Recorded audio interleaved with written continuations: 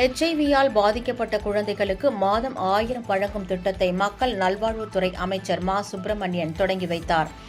சென்னை ஓமந்தூரார் அரசினர் தோட்டத்தில் உள்ள தமிழ்நாடு அரசு பன்னோக்கு உயர் சிறப்பு மருத்துவமனையில் நடைபெற்ற உலக குருதி கொடையாளர் தினம் விழாவில் கலந்து கொண்டு HIV-யால் பாதிக்கப்பட்ட குழந்தைகளுக்கு மாதம் 1000 வழங்கும் திட்டம் உள்ளிட்ட 3 திட்டங்களை தொடங்கி வைத்தார். பின்னர் அதிக முறை ரத்தம் வழங்கிய இரத்த கொடையாளர்களுக்கு பாராட்டுச் சான்றிதழ் மற்றும் கேடயங்களை வழங்கி அமைச்சர் பாராட்டினார்.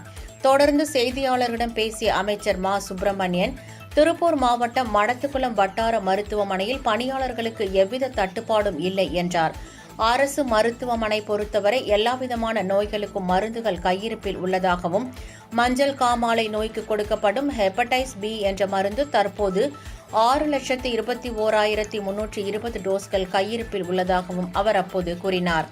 இந்நிகழ்ச்சியில் மருத்துவம் மற்றும் மக்கள் நல்வாழ்வுத்துறை அரசு முதன்மை செயலாளர் செந்தில்குமார், தேசிய நல்வாழ்வு குழும இயக்குநர் அருண் தம்புராஜ், தமிழ்நாடு சுகாதார அமைப்பு திட்ட இயக்குநர் வினீத் உள்ளிட்ட பலர் உடனிருந்தனர்.